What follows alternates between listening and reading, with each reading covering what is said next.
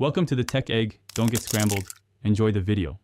You begin by confirming your platform and the current Marvel Rivals version so you know which driver to target. Once done, back up local settings and make sure your login credentials are at hand.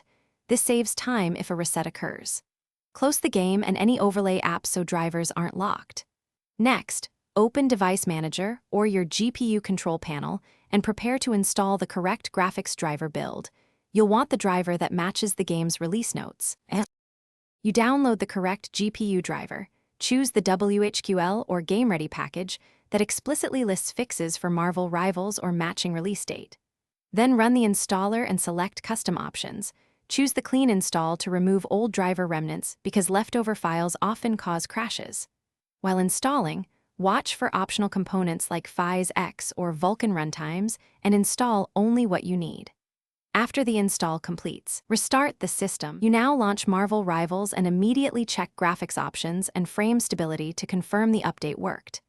If you see regressions, revert to the previous driver using your OS recovery or the GPU vendor's rollback. This restores stability fast. If problems persist, inspect crash logs and GPU temperature, then apply any vendor hotfixes or game patches. Finally, make sure overlays and mods are disabled. They frequently conflict with new drivers and can mask the real issue. Thanks for watching. Consider subscribing if I helped unscramble your problems.